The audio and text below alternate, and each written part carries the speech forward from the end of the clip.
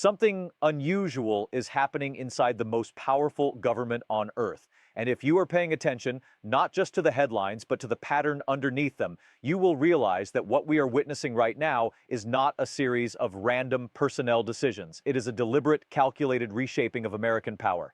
And according to multiple signals coming directly from Donald Trump and his inner circle, what you have seen so far is not the end. It is the opening move. Let that settle for a moment.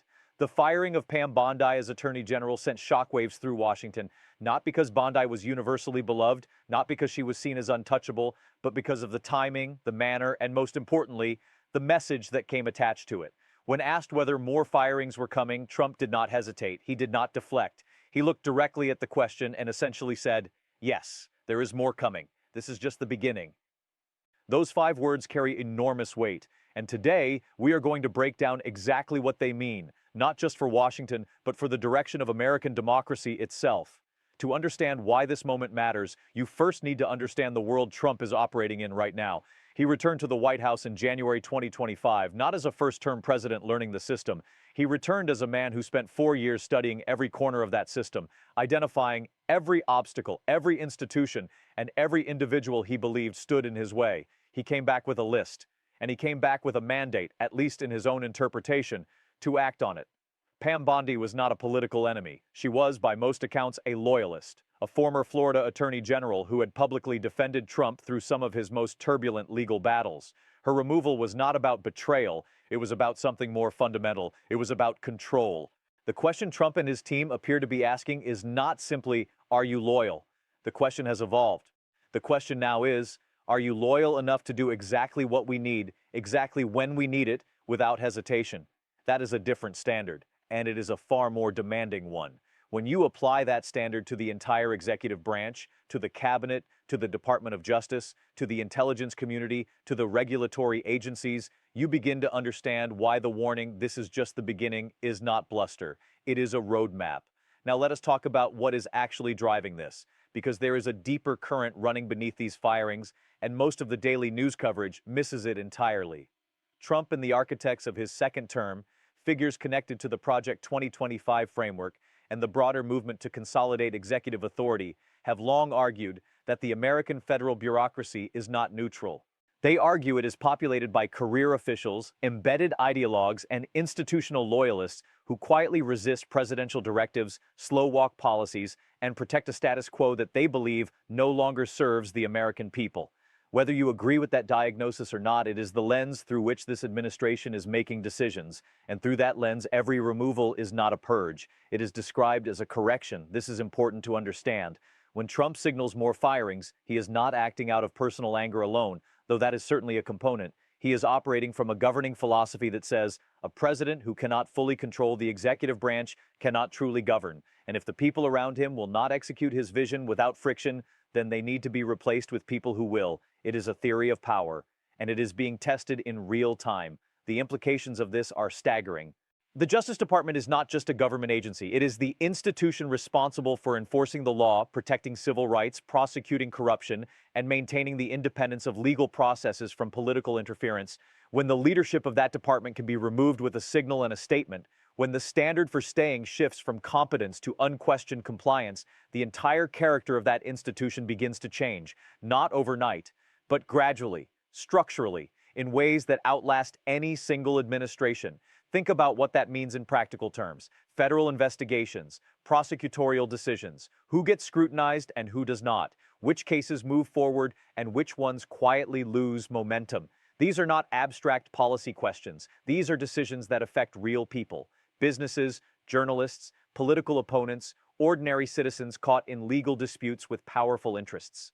When the person sitting at the top of that system serves at the pleasure of a president who has made clear that loyalty is the primary currency, the independence that makes justice possible begins to erode. And the Justice Department is not the only institution in the crosshairs. Reports emerging from Washington suggest that national security positions, intelligence leadership, and senior roles across multiple agencies are being reviewed through this same loyalty filter. Officials who gave testimony to Congress that contradicted administration narratives, career professionals who authored internal memos raising legal concerns, inspectors general who flagged potential misconduct, all of them are now operating in an environment where their tenure feels conditional in a way it has never felt before. This matters because the entire architecture of American government was designed with a specific problem in mind. The founders understood that concentrated, unchecked power was dangerous, not because every leader who gains it will abuse it, but because the structures of power outlast the character of any individual holding them. The system of checks and balances, the independence of certain offices, the protections given to career civil servants, these were not bureaucratic accidents. They were deliberate safeguards against the day when someone, for whatever reason, decided that the rules no longer applied to them. What we are watching now is a direct test of those safeguards, and the results are not yet written. Let us talk about who is actually affected by all of this, because this is where the story moves from Washington and lands in the lives of ordinary people. The most immediate group affected is, of course, the federal workforce itself. Tens of thousands of government employees are now operating under elevated uncertainty. The expansion of Schedule F, a policy that strips civil service protections from a wide range of federal workers and makes them easier to dismiss, means that the threat of termination is no longer confined to political appointees. It extends downward into the career workforce. People who dedicated their professional lives to public service, who accepted lower salaries than the private sector in exchange for stability and mission, are now wondering whether their jobs are secure. That psychological environment changes behavior, and changed behavior changes outcomes. Prosecutors may think twice before pursuing certain cases. Investigators may hesitate before following certain threads. Analysts may soften certain conclusions, not because they are ordered to, but because the environment itself applies pressure. This is how institutions shift, not through dramatic corruption, but through the slow accumulation of small, cautious calculations made by people who are simply trying to keep their jobs. Beyond the federal workforce, the ripple effects reach into the legal system, the press, civil society organizations, and the business world. Companies that depend on regulatory predictability are watching closely. Law firms that work with the government are recalibrating. Foreign governments and international institutions are reassessing their assumptions about the consistency and independence of American legal and diplomatic processes. When the signal from the White House is that personnel changes are ongoing and the standard for survival is ever-shifting compliance, uncertainty becomes the dominant condition, and uncertainty has costs. For ordinary Americans, the effects are more diffuse but no less real.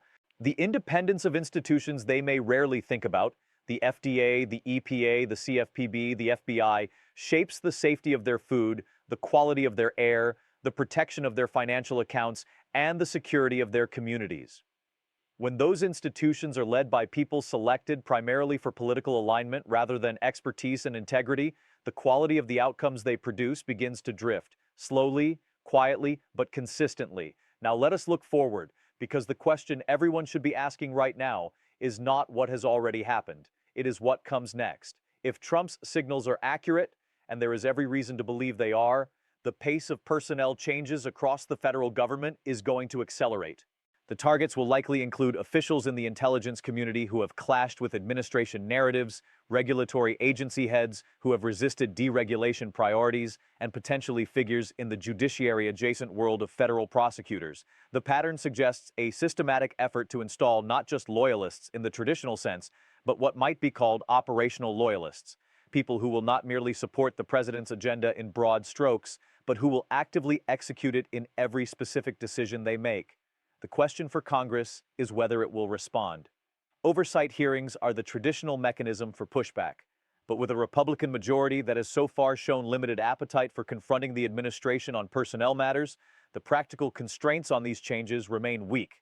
The courts represent another potential check, and there are already legal battles underway over aspects of Schedule F and the removal of certain protected officials. How those cases resolve will significantly shape what is possible. The question for the press is whether it will maintain the stamina to cover not just each individual firing, but the cumulative pattern. Single dismissals can be explained away. The pattern cannot. And the pattern is what matters. The question for the American public is harder and more personal. Institutions are not buildings or letterheads. They are the accumulated trust that people extend to systems they believe are working in their interest. Once that trust erodes, once people begin to assume that federal agencies serve political masters rather than public interests, rebuilding it takes generations. The damage is not visible in any single news cycle. It accumulates in the background, invisible until one day it becomes impossible to ignore. What Trump's "this is just the beginning" signal tells us, at its core, is that we are in the early stages of a fundamental transformation of the relationship between executive power and institutional independence in the United States. That transformation may be welcomed by some, feared by others, and misunderstood by many. But it cannot be dismissed as ordinary political noise. It is something larger, something structural, something that will define not just this administration, but the shape of American governance for decades to come. Here is the thought I want to leave you with. Every powerful institution in human history that lost its independence did not lose it all at once. It lost it one decision at a time, one dismissal at a time, one act of silence at a time, until the people inside it could no longer remember what independence had felt like, and the people outside it could no longer imagine it returning. The question America is answering right now, in real time, in full view of the world, is whether its institutions are strong enough and whether its people are attentive enough to interrupt that pattern before it becomes permanent. That question does not have an answer yet, but the clock is running,